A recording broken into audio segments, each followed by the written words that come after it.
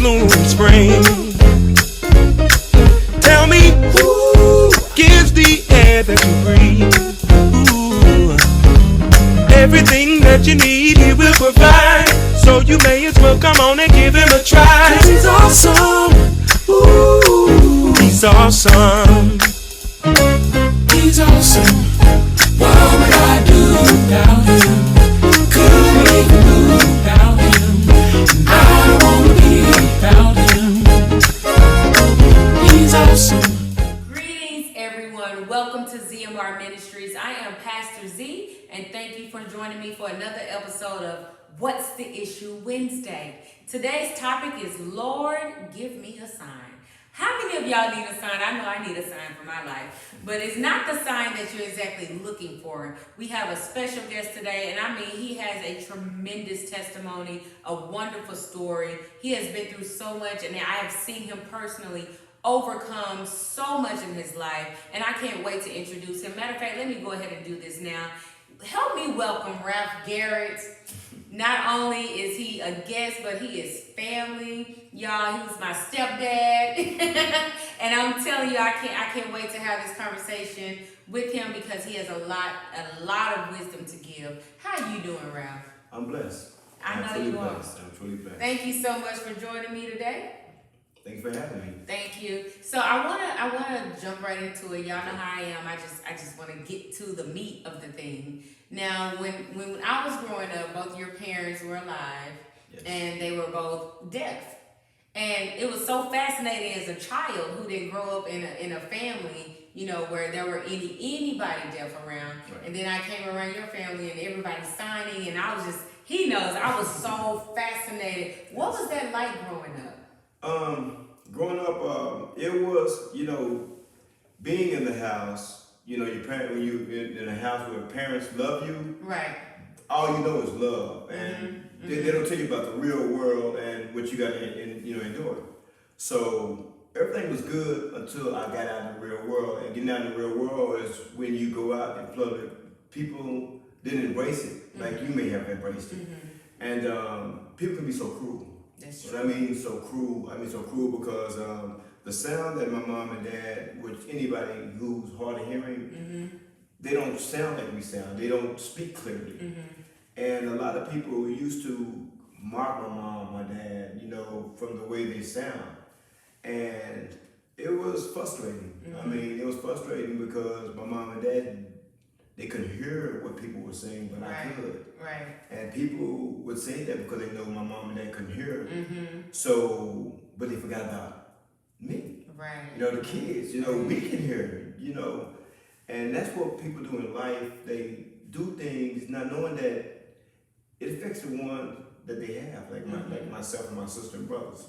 But it was a blessing as well because going to school, like I said, some kids was mean, but other kids was fascinated, as you said you were. Right. Other kids, and I use that as a joy because I couldn't wait till my mom pop over my school, my dad pop over my school, and then I do sign language because when I was doing it, a lot of people was at all. Right. You know? Right. And you know what? I know I said deaf, but I meant hearing impaired because, you know, that can be really sensitive for some people. But what was home like? Like, it wasn't just a normal home with both parents, you know, because I know for me as a child, I would think, oh, someone's deaf. It's quiet in the house all the time. You know what I mean? Of course not. To be honest, I'm going to tell you, being in the house with, and see, my mom didn't mind. To say some, you know, depends on the person itself. What my mom didn't like was the word deaf, mute. Being deaf was okay, but deaf, mute, because the mute part made you. My mom said it was like calling dumb. Right. You know what I mean? Right. Deaf and dumb. So my mom, she was very, very aggressive when someone said that. And but back to what you were stating is in the house. No, my mom and dad, it wasn't quiet because they were deaf. They were trying to talk, you know, but they spoke in their own language. Because just because they do sign language, they still was using, you know, still trying their voice. Their voice. Because sometimes they're thinking that, well, there's still a lot of people that can talk, they're thinking that they are saying it where they can understand. So they didn't give up and they didn't give in just because you don't understand them. Right. They understand one another. Right. You know? Right. So signing was a part of everybody's everyday life. Yes. Like it was, you know how we're communicating now. Right. Of course, we know there are so many forms of communication, and we know some people are bilingual, but in a sense you were, because signing is a language. It is. It is. And so now that we know how you communicated in your family unit, did that affect how you communicated outside the home? Well, honestly, it really didn't because we had TV. So we had TV. So thank goodness for TV. And for me, I learned sign language since I was 2. Right. So I was 2 years old, and my mom was, feeding me sign language, and I was figuring out, because when you're hungry, you want to know how do I get something to eat? You being 2, you don't know how to cook. So my mom she was feeding me and also feeding me. So she was feeding me physically, and I'm gonna say God used her to feed me spiritually because it taught me what we might go into, whatever it is that you may have asked. But she taught me sign language, and I learned from TV. So TV was a big part of communication because we had Sesame Street. We had Sesame Street. We had a lot of cartoons, and when you can hear, you kind of gravitate and you kind of take in. It's like being in the world. You take in what you see. You take in what you see, like dancing and etc. But you are a dancer. I still He got some rhythm. Glory to God. Because I can, but he gave me the, sometimes God will let you go out there and find your way, and he'll bring you back. And like I said, my mom teaching me sign language, and me watching TV played a big part, and then me going out, like when we go to the store, my mom say certain things, because TV, you kind of get an idea when a kid goes to the grocery store, somebody's in the grocery store, and they're asking for something. Okay, that's what you do when you go to the store. So my mom, she used to always have to write. And she was teaching me when she was writing, this is what this means, etc. So she was teaching me how to also write. And being young, so she was teaching me how to write. So I was writing, and she was writing, and when she was writing, then I tell them what she wanted. Because she was telling me sign language of what it meant. But you were her interpreter. Exactly. And as far as that, it was honestly, being home was beautiful. It was because it was unique. A lot of people didn't have that type of home. Because everybody that I knew around me didn't have their parents. And I think it was unique. It was different, and I love the attention when people embraced it. And I'm not going to use the word hate because so much hate. I try to cover that. There's a 4-letter word, HATE, and there's also a 4-letter word, LOVE. So if I can cover that, so I'm not going to use that word hate, but I was hurt. See, that's something you can use. Hurt is okay because God has so much love that even His Son died on the cross that it hurt Him. He didn't hate it. It hurt Him. So I use that word. But anyway, and so when I went out and people made fun of my parents, that hurt. That hurt. And so I had to learn how to try to figure out, because that's when I learned what cruelty was. That's when I learned what cruelty was, because I didn't know people could be so cruel. So, but being home, being with my mom was awesome, and my dad, I was abused. I'm not sexually, but physically. I was physically. I was physically when I didn't understand. And I don't. And when I tell people that, I say I don't. And like I said, I don't use the word hate. But I didn't understand why I had to endure what I had endured, because was he angry because of his situation? Or, etc. And I understand that there's a spirit in everything that we do in life. Yeah, there's a spirit. There's a good spirit, there's a bad spirit. So I never understood that. I knew he loved me, but I didn't know why would you hurt something that you love. Right. You know. Right. But other than that though, but that was my own. That alone was the only thing that I didn't ever like in my household. That and my parents being on drugs. That's they were on drugs, and see that hit home when you got to deal with deaf parents, and then deaf parents on drugs. Also addicts. That's a double whammy. Right. And so you're having to fight for two things. Exactly. Because you're fighting the cruelty, and then of them being deaf. Yes. And then of course we know growing up with other kids, and they know your parents are on drugs. They tend to call you names as well. Right. Exactly. And going through that, not knowing that God had a plan and a purpose in my life, because and me, I wasn't always perfect. Even having parents like that, I took advantage of that as well growing up. How so?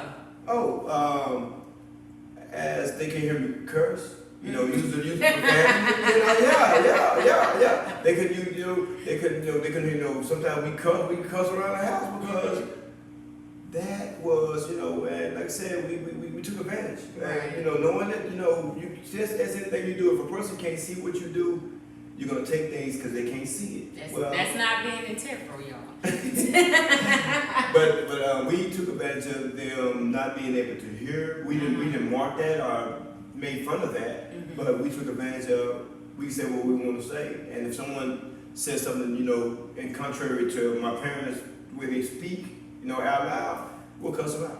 You know what I mean? I took advantage of telling them, hey, don't talk about my mama, et cetera, et cetera, et cetera. And when I said I use words that kids shouldn't use, I took that to my advantage because I don't want my mom and dad to know what was said. And if they did, one thing about my mom and dad, just because they were deaf, they mean they won't fight. Right. So I gangster parents. And I think sometimes when we see or learn that someone's deaf, we automatically consider them handicapped. Exactly. And that's one thing that I experienced even growing up, being around your parents. It was when I say fascinating, it was because it was a new world. Exactly. And I hated when I would sit there and you would be with your brothers and y'all were all in the living room and y'all all communicating, and I'm just like, what are y'all saying right now? But she was so patient with me. She would always have little cards, and she would say, "You're so pretty." And I remember that, and I would be like, what is she saying? What is she saying? And the times that I would try to communicate, by spelling out the words, she would wait. Yes. She would sit there and pay attention, and then I would look down at the card and I would look at her and say, 1 second. Because as a child, of course, I was in grade school, so you're learning to read, you're learning to write, and so it took me a little longer, y'all. It wasn't that I was slow, I was smart, but I was still trying to put things together. And I just remember her being so patient. I remember them being just super kind to me. And always, don't cry.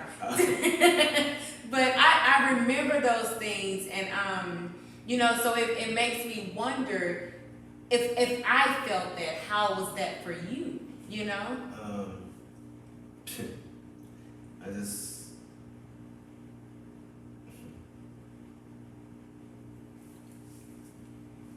take your time. Sometimes we can take advantage of something so good, and not knowing how good it is and how it can bless you. Because see, I didn't know Christ. Being in our house, we didn't talk about God like that. I mean, I didn't know who Christ was until we moved to Denton, Texas, and that's where my dad's from. My mother and myself and my sister and brother were from Chicago. Basically, we're from Chicago. But my dad's from Texas, and he met my mom, in Chicago. And him having family in Texas, we came to Texas. Right. And coming to Texas, my grandmother, my grandma, dad's mother's mother, well, she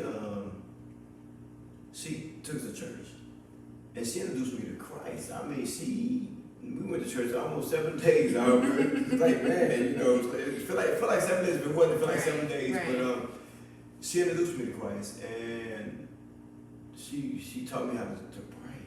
She taught me how to pray, and how they used to communicate, because they didn't do sign language. so how they communicate with my dad was they holler. So my dad, he can hear if you holler. He can hear. He was completely fully deaf. Right. But he could talk, and he could talk. But some people can understand him, but you could tell that he wasn't fully impaired. So they used to holler, in his ear because he said, "What you say?" And they holler, and that's how they used to communicate with my dad. But my mom, on the other hand, she could not hear no matter how loud you holler. She can hear, but she can read lips. My mom was good at reading lips. Yep. So if you talk to her and she's looking at you, she'll know exactly what you're saying. And so, but back to what you were stating for as a handicap, that's one thing my parents did not ever. Well, a lot of deaf people don't want to be labeled as handicapped. Right. Just because they can't hear or speak don't mean they can't get the job done. Right. I remember I was watching this special, and I remember the lady, she was very angry, and she was signing. She said, "I'm deaf. I'm not dumb." Right. And I think a lot of people mix the two and Exactly. say and automatically assume, oh, well, they can't hear, then you can't comprehend. You know what That's I mean? it. And I can see how that's offensive. Exactly. And that goes back to what I stated as far as deaf mute. Right. Well, Right. If you turn on the TV and you turn it up, you're satisfied, right? Well, if you turn the TV down, let's just go to a movie for example. If you go to a movie and there's no sound, you're frustrated. Right. You know what I'm saying? You're frustrated, and that's how deaf people feel. Is you're looking at them as you see them, but you're gonna mute them. Right. Like they don't count. And that's why my mom had a big issue with the word mute. Right. Because it's like saying, we see the picture, but we're gonna mute. You're mute, so we don't hear value. Like I'm silent, but don't silence me. Exactly. Like they have a voice. Like you said, my mom, she's patient. All deaf people are asking is be patient with. It's just like my mom. Just like my mom, we used to go out and she want to order something. Well, they have a line so long. So it takes time for my mom to explain what she wants. So now you're giving her a paper and pencil. Right. But if you take your time and look at her, you'll know exactly what she's saying. Right. But if you give her pencil and paper, then you're trying to brush her away and get the next customer, then that's bad customer service. And one thing that I realized just being around your family at a younger age, and when I say your family, I'm speaking of your parents in general. Okay. Is they wanted you to be able to communicate with them. Like I said, she would always have the cards. Exactly. But if it was something I was trying to say, she would sign it at the same time because she was trying to teach me. Exactly. Words like, okay, you're saying this, and she would stop me. And then she would say she would sign the word and speak the voice that she had. Right. And then I would repeat it. And it's just like in any form of communication, it takes you paying attention. Exactly. And it made you really hone in on the person instead of, of course, what is the saying? We don't listen to understand. Yes. We just listen so we can get ready to talk. But in those, that exchange, it really was about listening to understand. Exactly. And it goes back to saying, let's use speaking Spanish. Right. It's the same transition. It's the same transition. As if not only just deaf people, but any other language. It's being patient, taking time to understand. Because they're teaching. Like me, I know a little Spanish, not a whole lot. Right. But I'm patient enough to understand what they mean. So next time when I see them and they come in, then I'll know instead of me keep giving you pencil and paper. Right, because just because they're non-English speaking doesn't mean they're dumb. Exactly. So you were saying that you grew up in the streets of Chicago. Yes. And it was really difficult. Oh yeah. And we know that you used your hands for more than signing. Tell me about that experience. I use one hand in a whole lot of fighting, and I give that to Bruce Lee because I love Bruce Lee. And but I did a lot of fighting. I did a lot of fighting because as I got older, I got angry. Right. I got angry because enough is enough. See, when you know better, you do better. Did the anger result, was it a result of, the cruelty from your parents and the abuse? Both. Okay. It was both. Because trying to understand my dad was one thing. Trying to understand why are you angry with me? Right. And he used to always say, and I was a kid, and then one thing about me, I never was able to be a kid because I had at the time we were in Chicago, I had a brother and a sister that I had to look after, I had to take care of them, and doing that as a kid, it's like, okay, well, I can watch them sometimes, but they're not my kids. Right. So, I'm a kid myself. Most definitely. So I had to watch them, man, because I've been in Dallas most of my life. Because we moved from Chicago and moved to Denton. We moved to Denton. Right. And when we moved to Denton, that's where Bobby, my brother, that's where he was born. Right. And when he was born there, my grandmother kept all of us, grounded. So my dad and mom, they went back to Chicago, and we stayed in Denton with my grandmother. And so it was kind of hard because the love that we have for my mom and dad, in spite of, we love our parents. I mean, them being deaf, we didn't care about that. Right. And being in the house, to go back to what you stated earlier on how I was living in the house, well, they taught us how to survive. I mean, my mom may have in the time that I've known my mom, she had. Obviously she had 3 jobs. From the time that she had me to the time she rested, she had 3 jobs, and my mom was always selling deaf cards. They was always selling deaf cards. So my dad was selling deaf cards too, but he was more of a.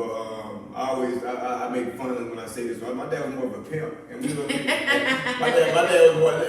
This is funny, but I mean, he wasn't really a pimp, but he drove us around and dropped us off at different locations to go make that money. You know what I'm saying? You go make that money. Yeah. He'll sit at the table and he'll count the money, and how much you make today. And see, the thing that matter is, they use, because we knew how to do sign language, so they used me, my sister, and my brother to go out and pretend that we were deaf. To pretend that we were deaf. Right. So we'd go out and we'll sell deaf cards. See, I had game. Oh, Y'all see that? Y'all see that? Yeah. So we'll go out, we'll sell deaf cards. We'll sell deaf cards because that's what my mom and dad knew. And they knew it was hard because they were basically entrepreneurs. Right. They were entrepreneurs. Yeah, all y'all were. Yeah. So they taught us how to get out here and make money. So we get out here and we sell deaf cards because one thing I know, being a kid, a lot of people are not gonna say no to. And that's my dad, he analyzed that like, okay, we go out here and make money, we're gonna make a little bit, but y'all go out here and make money, y'all gonna make a lot. So my dad dropped me off at one location, dropped my sister off one location, and dropped my brother off one location, and sometimes he drops us off in 2s. And when we came back, and I tell you, it was money to be made. We made money. We made. I'm talking. We brought money to the table, and my dad and mom, they bad management. To be honest with you, it was bad management because, as I stated earlier, drugs took effect. So the money we were making wasn't for the house. It wasn't for us to eat. They did, and I love my parents because they made me the man that I am today. And I'm not speaking down on them. Because, no, it's just your truth. Yeah. I'm not speaking down on them. But I thank God because God had a plan for us. He had a plan for us. And my mom and dad, them being deaf, I wonder how did they get influenced? How who introduced them to and because I know what drugs were. I honestly didn't know. I know it was weed and alcohol. Alcohol. That's all I knew in Chicago. When we came to Texas, all this other thing that I never heard of, I knew about. And me and my sister and brother, we got around each other. We know what's going on. And they close the door, lock the door, and we knocked on the door, etc., etc. But the thing that matter is, it hurt, but we understood that they're doing the best that they can as parents.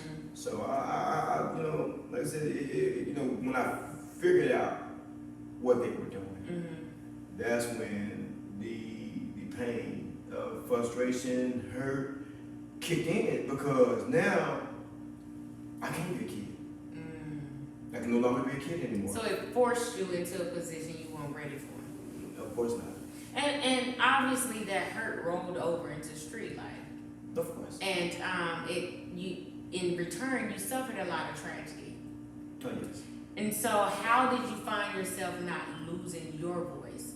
You not being silenced during that time? It wasn't easy. When I say it wasn't easy, I sat down. I mean, I tried to commit suicide twice. I tried to commit suicide twice because, as my sister, she was my help. I mean, not financially, but as a sister, she was my sister. She was a sister, and the only girl, right? Yeah, she was the only girl. There was 4 boys and 1 girl, and her love for her brothers was unconditional. I mean, she'll say something, boy, look at my brothers. Boy, they so handsome, they so fine. Right. My fine brother. And she was beautiful herself. Oh, my God. She was beautiful. My God.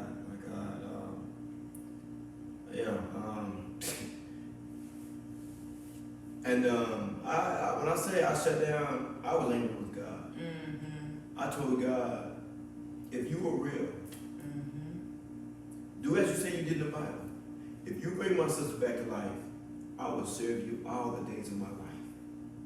I said, it said in the Bible, you see, I was using that Bible.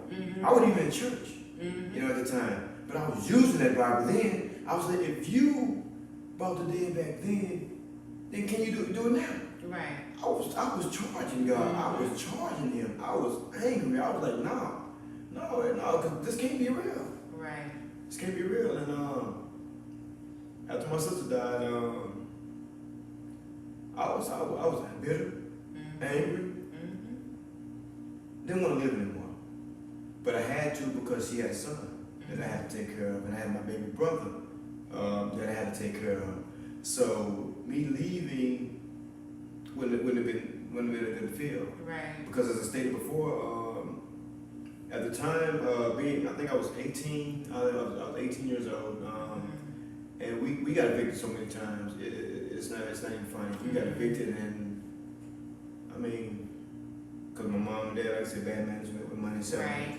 And so I had to try to get a job. So I was attending a church in South Dallas. I was attending a church, and I'll never forget.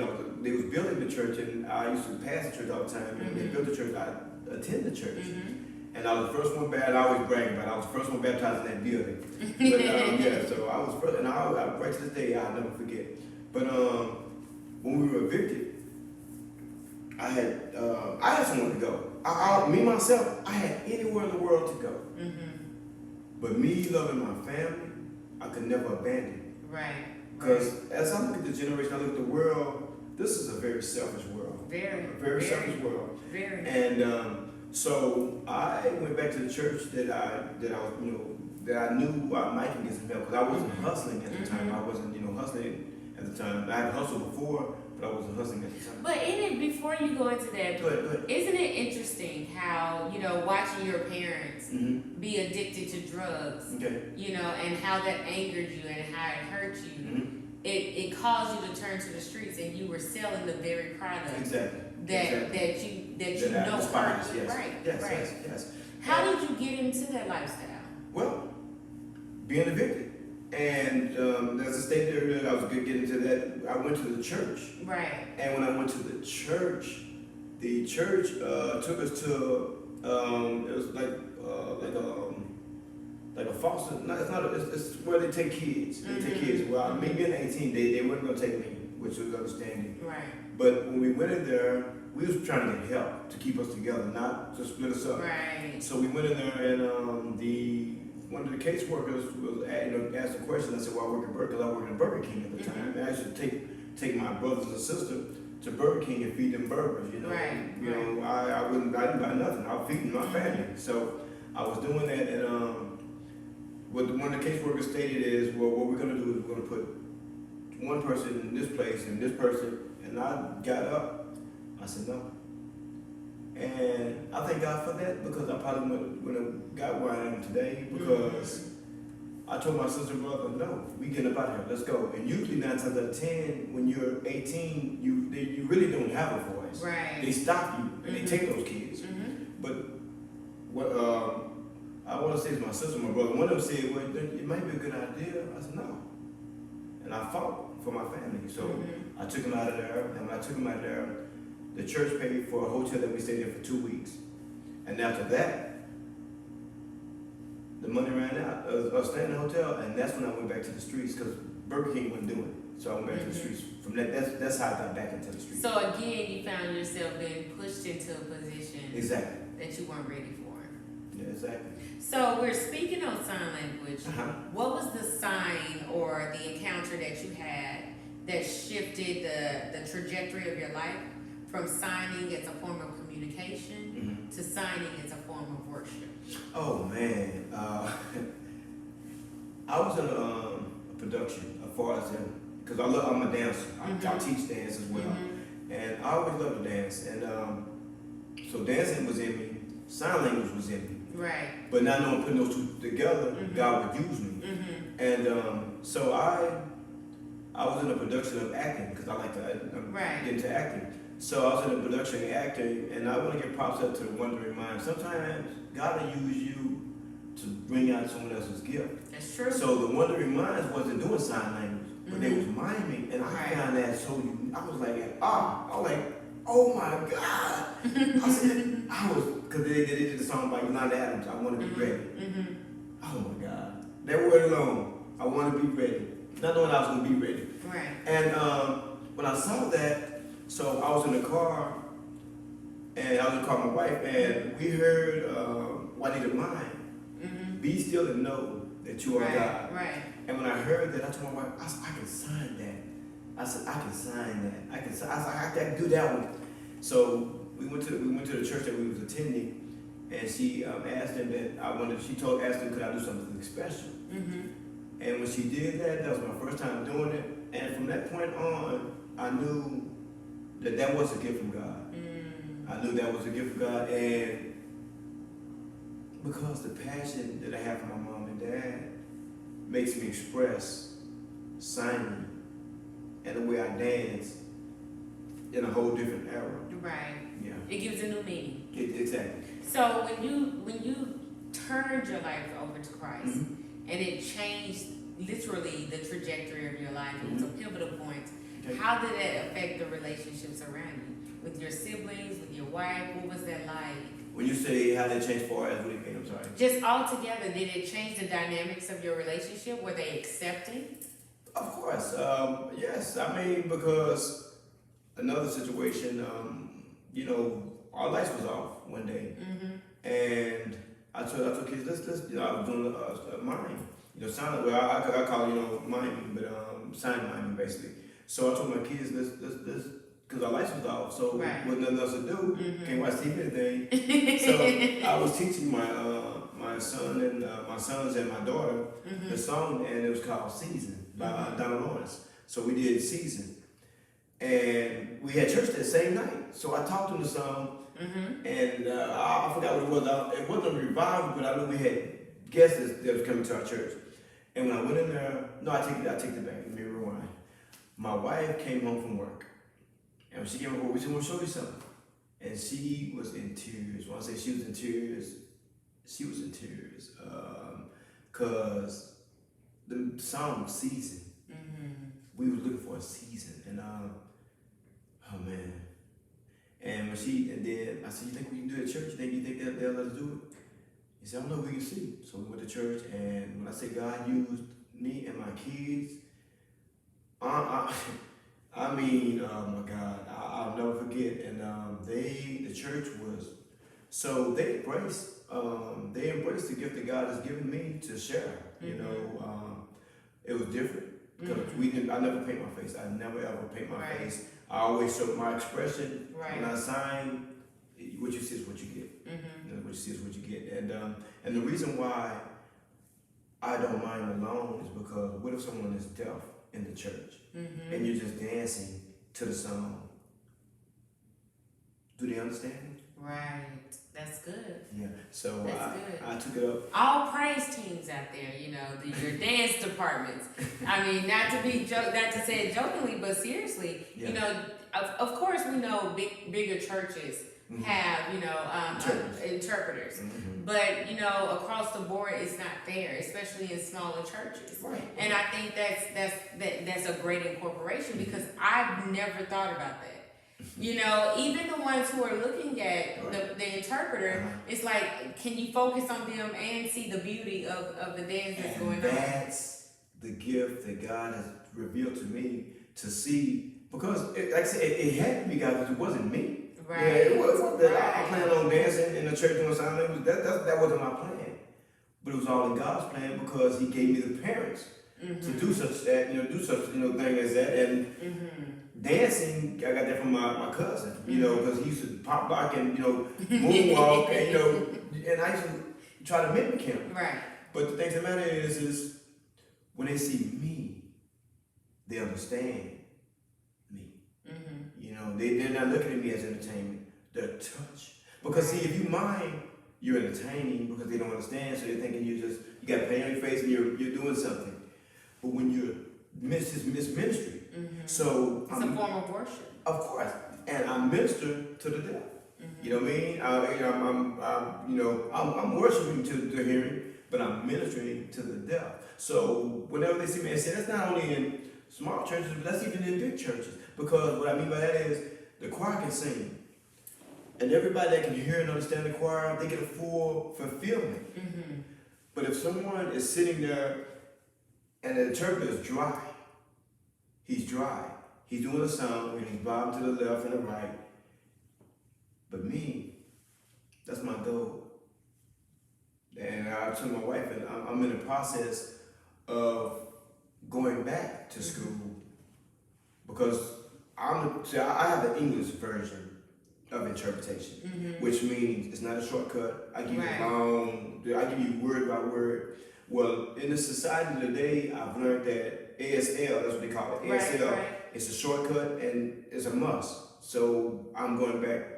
I'm not going back to school. I'm going to school to enhance. Because now I got the majority of it. I can do sign language, but see, and also I never was taught big words as like politician or the words that doctors use. So I still, right to this day, don't know those words. So I gotta go get it. Go get it. And when I get it, I can be more effective. Right. And that's my goal is to listen and let my stuff be ordered by God to when I don't want to be in the way of what God has for me or whoever He wants me to be in front of. So you're still signing today? Oh yeah. That's Are your siblings still signing? No. Oh, my siblings, yes. My kids, this is a new generation. But yeah, me and my brother, we talked about that last night. It's funny you said that because they're pushing me. They said, and me, I blame myself because of the hurt, the pain. Right. I could have been my own boss, my own businessman. I could have, I could have done this, but I've been working for people so long to where it's not your comfort zone. It's not yet. Exactly. That's what my brother said. He said exactly what you stated, and that's confirmation. I hear you. I hear you. But they said I should have did this a long time ago. And when he first saw me, because my brother did 20 years in prison, and he thank God he's been out going on 5 years. We discussed it last night. Yes, and what I love about him, he's in tune with God. He's not there, but long as you get a piece of that going, you know what I'm saying? Right. That's all you need is that piece. God will pull you in. All you gotta do is touch it. Right. And my brother, and when he first seen me mime, it was at my auntie's funeral, and I did Take Me to the King, and he saw me. That's the first time he ever seen me mime. Now my baby brother, he seen me mime before, and we both cried because it was new to him and emotional because I knew that how he would feel if he saw me do it. But as far as that goes, that is, that my brothers are supporting me to that, and not only that, but once I get where I need to be, they're gonna join me. So I wrote here Romans 8:28. Okay. You know, all things work together for the For good of good, them yes, who yes. love the Lord, who are called according to his purpose. So when you look at your life and all the lives that you touch, what do you believe was God's intended purpose for you? Well, God intended purpose. That was a good one. You hit me with that one. You hit me with that one. Well, it's like an author. Okay, it's like an author. Remember, you'll never be the author. You only be the pen. Right. Just because you're writing don't mean that's the pen. You're the pen. Because God is always the author. And when you look at a good book, you say, man, I enjoy this book. But if you're not used by God, no one will ever know about the book. Right. So I look at it as I'm a pen. I'm a pen. And if I'm in God's hand, wherever way He write me, that's good. when it's all said and done, That's good. when it's all said and done, you see the glory of the book of my life. Come on, that was poetic. Just, That was poetic. I mean, and that's how I look at that. That's how I feel. Because it's not about me. All I've been through, because one thing I've learned in life is when I say why me, why not me? Right. Because two things I know in life that's a fact. You're gonna live and you're gonna die. You're never gonna die. And if God, And you know, I sometimes contest that because we say, you know, two things, you're gonna live and you're gonna die. But some people never live, they exist. they exist. So one thing's really for sure is you're gonna die. Yeah. Because there are people breathing on this planet and they're not living. Which is true. That's why it's a place called the waiting room. Two things. What are you waiting on? What are you waiting for? So, and see, I always use the example. There's three things in life. Three things in life. You have a right, you have a left, and you have a middle. What I think the matter is, the middle is the waiting part. You're going to end up in one of those positions. You're going to end up in one of those positions. If the person on the right side walk away, it makes you right. If the person on the left hand walk away, it makes you left. Now, the two things that I like about life is get it right or you're going to get left behind. That's good. You know what I'm saying? Get it right or get left behind. And that's how I look at it. That's how I look at it. I mean, we all have a choice. That's why God never forces us to do anything that we don't want to do. So we're all in the wait period of where we want to be. Do we want to go do the right thing or do we want to get left? Right, You know what I'm saying? So how is it all working for your good? Like now that you're sitting here and you look back on everything that you've shared from childhood to the streets to you know, all of it, how did it all work together for your good right now? Honestly, I'm not where I need to be. I'm not where I used to be. I'm not where I need to be. I'm where God wants me to be right now because this is just another story to tell whatever more years He gives me or what He wants. Because it works good because I'm 52. You know what I mean? 52? Yeah, I'm 52. And He brought me. So I lived longer than my dad. My dad died at 49. And I was afraid. I said, man, am I going to pass my dad, reach that goal? But God is good. Regardless of my bad or my good, I would never blame God. You know, because now I have a clear understanding. And the older I get, the more understanding I have. So I understand now that because He Himself know what death is like. He Himself know what losing a loved one is like because He gave His only begotten Son. So if a man, a father that love his son so much, say, you know what? I love you as much as I love my son. So I'll give my son to you so I can have all of y'all later. So Lord, give me a sign. What was your sign and at what moment did it happen? Lord, give me a sign, and what was my sign? So, just speaking as I was asking God, Lord, just anywhere in life, what was the sign that you needed? You know, that it was that word of confirmation. My wife. My wife. And I haven't gave her credit. I mean, I really don't. I really don't. And to be honest, my wife is the reason why me and God reunited. Even though we had our downs and our ups, you know, in our relationships, and like I stated, she's the reason why God has brought me this far. Because when she met me, I was working and hustling. And one thing I gotta state about my wife is she is by the book. She don't waver. She will not waver. She believes God's gonna work it out. The only way you're gonna make it is through God and God only. And I'm me myself in the street. You know, man, please. I trust God, but I gotta do what I gotta do too. But she never wavered. Even right to this day, she will not waver. And I give glory to God. Because sometimes God will give you what you need, not what you want. Correct. Because what you want may kill you. This is true. So out of all the times of my life, I never had someone like her who was head on strong about God and what God has. Because she said, "You're gonna be a man of God, and you're gonna be my husband." And that I give God glory, and I pray that He give her the desires. I mean, when I say the desires, I mean that's long past overdue. Of things that I've lacked. Many, I'm talking about even right to this day, things that I have lacked. I ask for guidance. I ask God to input in me a clean heart. To restore my mind, to clear it out, to restore it. Anything that's not of Him, to renew it. But see, the thing that matters is I gotta quit getting in the way. I gotta quit getting in the way. I am my fault.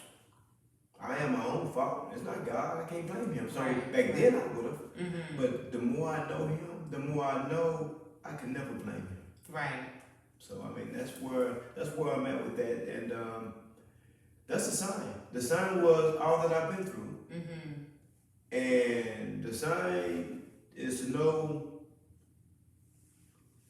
what do you want me to do, not what I want to do, but what do you want me to do. See, once I put my all into that and surrender and know, hey, it's all or nothing, I will be further than I am now. You know what I mean? So everyone who is watching, they can see that you are a walking manifestation of a testimony. And so what I want you to do is I want you to actually speak to the people and give them a word of hope. Because there may be someone else out there who have the gift of sign, whether it's sign turn around so I'm short, y'all. Whether it's sign language or any other form of communication, and they're silently looking for a sign from God. What word of hope can you give to them? One is, that's why they call it a testimony, because if you haven't been through the test, then it's not a testimony. Not someone else testify, but a testimony. My word of encouragement for you is to, one, know your gift. Know your gift and know why you're using your gift. And my number one thing is not to prostitute your gift. Don't prostitute your gift. Don't do it for the money, because if you're not doing it for the passion and the love, it becomes a curse. It becomes a curse. Sometimes people see what I do and they say, "Man, I want to do that." Well, I've learned one thing. There's a lot of things that I want to do. And all of us are called. But know that you're chosen to do the gift that God has given you. And sometimes your smile can be the gift that God gives, because we don't have enough of that. We don't have enough of that. But the most important thing is to know it's a sign from God. Because sometimes we hear people and think that's from God. But sometimes it takes praying, fasting, and putting your face to the ground. See, we don't get on our knees and pray anymore like we used to. We'll sit down, even at a table, or when we go in the room, we'll go in the bedroom, we'll lay on our back, and we'll pray to God. But see, to humble yourself, when Jesus went up the hill, He got on His knees. That's humbleness. You know, when you go to a roar, they get on their knees. Yes, Your Highness. Yes, and what greater love for God than to have God in your life. So the important thing is to know your gift, use your gift, don't waste your gift, and don't wait too late to try to use it. Because if you wait too long, you could lose it, and then you cause a lot of lives and souls that was wasted, that may have not got a second chance, lost their life, and because of you procrastinating. And I'm speaking to myself when I say this: procrastinating, waiting on the right time. The right time is now. So don't wait on tomorrow. Can't fix yesterday. Today is always here. So I encourage people to know their gift. Right. Use their gift. Don't prostitute their gift. And to really hear from God. Not off emotion, because it's a feel good. Because that's what most people do. Because they feel good. Right. Oh, this is what God wants me to do. And then you get in it, and then you don't want to do it anymore. See, anytime God give you a gift, it don't get tiring. You get tired of doing it, but you got to do it because it's mandated. Right. It's mandated. It's mandated. And it's the oil that's on it that keeps pushing you. Exactly. So when the trials of life, you know, begin to make you feel rusty, where you're stuck, then it's that oil that flows that relieves you of that rust when you keep going. So thank you so much. No. I mean, this is a blessing. I am beyond blessed that you joined me today, because I know there are so many other, and I know we use the analogy, God give me a sign, as far as you doing sign language, but it's so relatable to so many people, because there are people out here who aren't deaf and they feel unheard. You know, they've suffered the cruelty of others. You know, they feel like they don't have a voice, and every time they do rise up and try to speak, they're silenced. And so you're looking at an overcomer right here. And I appreciate you being candid and sharing your story with so many people who are watching. And I pray it encouraged you to speak up, to speak out, to pray and say, God, where is my sign? Whatever sign it is that needs to change or to be a pivotal point for my life, where I can be an overcomer and I can walk in victory just like Ralph did, then show me so that I can get there too. And now I just want to share with you guys 2 ways. I just want to share something that you know, because I'm getting ready. Y'all pray for me. I mean, those who really know God. Because, you know, everybody pray for you. I always pray for you. Pray against you. They praying on you. You're right. Praying in 2 different ways. Right. But what I'm stating is, y'all pray that I be obedient to God. That's number 1. Amen. And 2 is that, because I'm getting ready to start, once I get this and I got it, I'm going to start teaching it. As well, I'm going to teach it. Amen. So I'm going to teach a little something as far as this is remember. So this is remember. You can do it along to follow along. Okay. So it's remember. Remember. God loves you. And so do I. But the best way to tell somebody you love them, that's I love you. That's it. I love you. And believe me, I don't have to know you to tell you, but I love you. I think I got that. What is it? Remember? Yeah, remember? God loves you. And so do I. God bless you all. Remember, we love you. We love you. Have a beautiful night. God bless you. Remember, tomorrow is Thursday. That means we're getting ready to walk the word. We're having Bible study, fresh revelation, just like we do every week. Don't forget to tune in. Thank you for joining us once again tonight at ZMR membership. ZMR Ministries. That's okay. They understand, but I also want to, if I can. No, go ahead, but please. No matter what you're going through in life, no matter what you're going through, God got you. I promise you, God got you, because some of you guys out there have been through worse stages and you forgot where God brought you from. If He got you from that, He surely can get you from this. And those who may have went through the worst times of your life and never been through anything worse as you've been through what you're going through now, I promise you, if you trust God, He will give you a peace of mind. Now the hurt may still be there, but that pressure will be uplifted. And God is real. So get to know Him. And God bless you. Thank you, Brother Pastor. God bless you. You heard the man of God. Nothing else to say. You guys have a wonderful night. Be blessed. Amen.